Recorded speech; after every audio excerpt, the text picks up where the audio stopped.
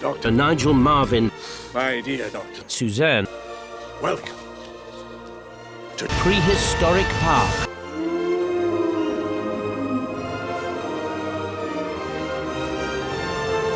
I don't believe it.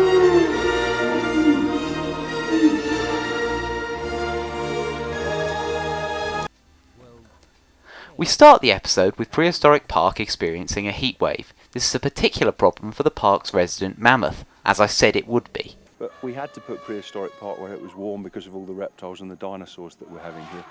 No one forced you to have an all-inclusive park. Also, not all the dinosaurs need a hot climate. Case in point, the environment in this episode. It is set in the Yishang Formation in the Liaoning province of China 125 million years ago. Back then, the average yearly temperature was roughly 10 degrees Celsius, comparable to the climate of France. Not only that, but it experienced rather cold winters as well. It is of course the formation from which many notable feathered dinosaur discoveries hail. Sinosauropteryx, Caudipteryx, Bipaosaurus, Dailong, none of which actually appear in the episode. One animal not found in this formation is microraptor, an animal that lived 5 million years later in the Jiufatang Formation. A dinosaur with 4 wings. I've been sent these pictures of a revolutionary kind of fossil. It's a tiny dinosaur called microraptor, but if you look closely there, look, there's impressions in the rock, and those impressions are of feathers. Back in 2006, the idea of feathered dinosaurs was something rather new, and the 4-winged microraptor was considered amazingly weird. Today, in a world with Spinosaurus, Deinonychus and Yi-Chi, microraptor is considered fairly standard. So evidence is building that birds are the direct descendants of dinosaurs. And what I want to do is go back and find your ancestors. Well, microraptor isn't exactly the ancestor of birds. They had already been around for about 40 million years by the time microraptor evolved. However, it is good to acknowledge that birds are the direct descendants of dinosaurs, i.e. they are dinosaurs, just as humans are apes and apes are primates. In this episode, the team sticks together a lot more. In the previous episodes, they were just there to help Nigel with his elaborate plans, but most of the time they weren't involved, aside from the ever-present cameraman. I think it helps to keep the episode format fresh by changing this. They arrive in one of the formation's many volcanic regions, which we know were indeed present in the area due to pyroclastic flows being a major cause of the exceptional preservation of fossils in the region. However, for the moment the focus is on deadly carbon dioxide being a major cause for concern, so the team quickly moves to higher ground. Nigel's come here to find the microraptor, but he's no idea what other creatures are lurking in the forest. Well, why didn't he research the J-hole biota before he arrived? It helps to know what you could be up against before travelling back in time to face it. They make camp by a freshwater lake, and before long they sight their first prehistoric animals, pterosaurs. What genus? It's never stated, but when you look at them you can see that they are the Nyctosaurus model without crests. However, this isn't the biggest problem with them. You see, these things skim feed, a theory that was going out of fashion at around the time. Today, skim feeding is considered impossible by most pterosaur workers because the jaw would be damaged in any attempt to do so. When the team returns from gawping at the pterosaurs, they find that the camp has been wrecked and the meat stolen. But by what? Thankfully, one guy has a bit of food left in his bag, but it won't be enough to keep them going for long. So rather than going back to the present to resupply, they decide to keep on going. Back at the park, Suzanne and her team put one of Nigel's cunning plans into action, giving the mammoth a haircut. I wonder if they're going to try to attempt the same for the Elasmotherium. Back in prehistoric China, Nigel gets his first encounter with one of the dinosaurs of the forest. It's an Incisivosaurus, and it's a fairly standard depiction of a feathered dinosaur for the time. Today we would reconstruct it as more bird-like, and it should have the primary feathers on its hands, not its arms. Also, the scaly face is really out of place and outdated. However, this is by no means the worst dinosaur in the documentary.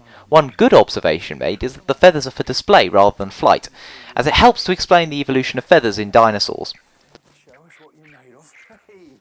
But he is interrupted when a pack of another dinosaur attacks the guy with a bag of food. And what are these hideous scaly things? Mei Long, a small troodontid.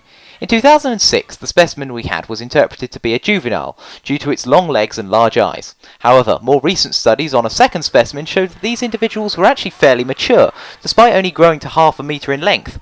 So these 2-metre scaly monsters couldn't be further from reality. They also need feathers, and their wrists are broken. The truth is that this model is just a reskin of the Troodon from episode 6. Back at the park, Bob notices some odd behaviour in one of the ornithomimus. More on that later. Back in China, Nigel is still looking for the microraptor. You know what would be funny? if he didn't find any because they hadn't evolved by then.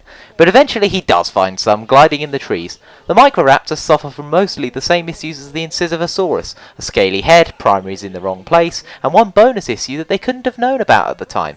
Microraptors are now known to be an iridescent blue-black, somewhat like a starling. Nigel is then interrupted by a herd of titanosaurs, another animal left completely unidentified.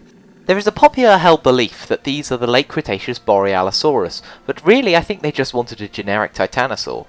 Now here comes another piece of interesting speculation. The microraptors follow the titanosaur herd and feed on worms, grubs and crickets exposed by the turning of soil and trampling of logs. Microraptor today are one of the best known and understood dinosaurs of all, with over 300 specimens. We've found all sorts of things in their stomachs, such as the bones of birds, reptiles, mammals and fish.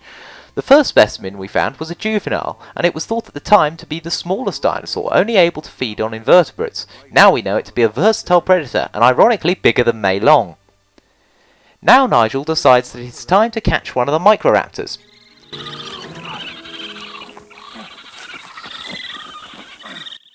You didn't even try. Now Nigel tries a cunning plan, in the form of a fenced-off area with bait, that they will be unable to fly out of. However, before any of the raptors can be trapped, a pair of dueling Incisivosaurus trash the trap, allowing the microraptors to get a free meal. You didn't even try this time either. Rather than reassemble the trap and try again, Nigel finally gives up. Trap's been knocked down. Hour or so it's going to be dark. I think we just got to go back to Prehistoric Park.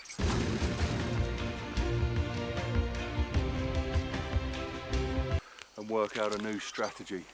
So Nigel finally follows my advice and goes back to the park to resupply. But first he explains to Bob that one of the ornithomimus is pregnant based on her behaviour, because apparently there was no one else in the park that could have told him that. But now Nigel has a net gun, and this time he's going to go back in time prepared and with a vengeance. So as catching the microraptors is no longer a problem, a new plot point arises: the threat of volcanic activity. So as well as a net gun, they have brought gas masks and a carbon dioxide detector. Nigel's also swatted up on all the animals he might encounter, such as the Incisivosaurus, which he watches displaying to a female. Unfortunately, he doesn't net gun the pair and bring them back to the park, another animal I thought would have made a great addition. Back at the park, Suzanne gives the ornithomimus an ultrasound. I should point out that this is one of the many great animatronics in the documentary, which also include a mammoth head and a microraptor, which I'll talk more about the latter later on. For now, we see the ornithomimus does indeed have eggs, as well as 2 oviducts, an inference based on coelurosaur nests where eggs seem to have been laid in pairs. Back in China, Nigel finds the Mei Long asleep, until he realises that they've actually been killed by carbon dioxide poisoning. This is one explanation for the sleeping pose of the 2 specimens we have of the Mei Long, though they may have just been killed in their sleep by the volcanic ash that buried and preserved them. Meanwhile, back at the park, the Tyrannosaur twins are starting to fight, so Bob uses a fire hose to break it up. They then move the Tyrannosaurs to separate pens, in a trailer that is neither the right size nor shape to move them. Terence would have to be standing upright on his tail to fit in that. Back in China, having escaped the carbon dioxide, Nigel finds out that the Titanosaurs have entered the forest to lay their eggs near the volcano, where they can be incubated. They catch up with the Titanosaurs and the microraptors. And there's one in the tree up there. They are such strange creatures, soon to be extinct. See, this doesn't seem necessary. Like most dinosaurs, we don't know why Microraptor became extinct, and it certainly didn't become extinct before it even evolved. This episode seems like more of a local extinction, just one area under siege by a volcanic eruption, enough to wipe out one community, but not a whole species or number of species. Nigel's net gun is an amazing piece of technology that has the ability to turn a CGI dinosaur into an animatronic one. And the animatronic is actually more accurate than the CGI model, as the primary is actually attached to the hand. The volcano starts to erupt, startling one of the Titanosaurs, causing it to break one of the Microraptor's wings. They make it out of the forest where the Titanosaurs are milling around, frightened, and Nigel opens the time portal. The team run through with the Microraptor. You got the microraptor then? I don't believe it. Watch me fence. What? Hey! Ah! So as Bob tries to round up the 9 Titanosaurs, Suzanne gets to work on the Microraptor wing. It's amazing how similar the microraptor's wing is to a common bird's. Indeed, and that is why the animatronic Microraptor is more accurate. It was made by someone who actually knows how birds work. The episode finishes with everything resolved. The ornithomimus has laid her eggs, the Microraptor is recovering well, and Martha is cooling down. And that was episode 3. The episode stands out as it was trying something new. The previous episodes were tried and tested, the famous predictable animals. This, on the other hand, focused on lesser known species, which is admirable. Of course, today it has not aged well, with featherless dinosaurs and dinosaurs with not enough feathers. However, the speculation for the microraptor, while wrong, is good to see, and it helps flesh out the environment as a working ecosystem, even if not all the animals existed at the same time. Next time, Nigel rescues 2 top predators from South America, but not Toxodon, because who cares about Toxodon anyway? But for now, Bob has put the titanosaurs in an enclosure built of wood, because that is definitely going to hold back 9 20-ton dinosaurs.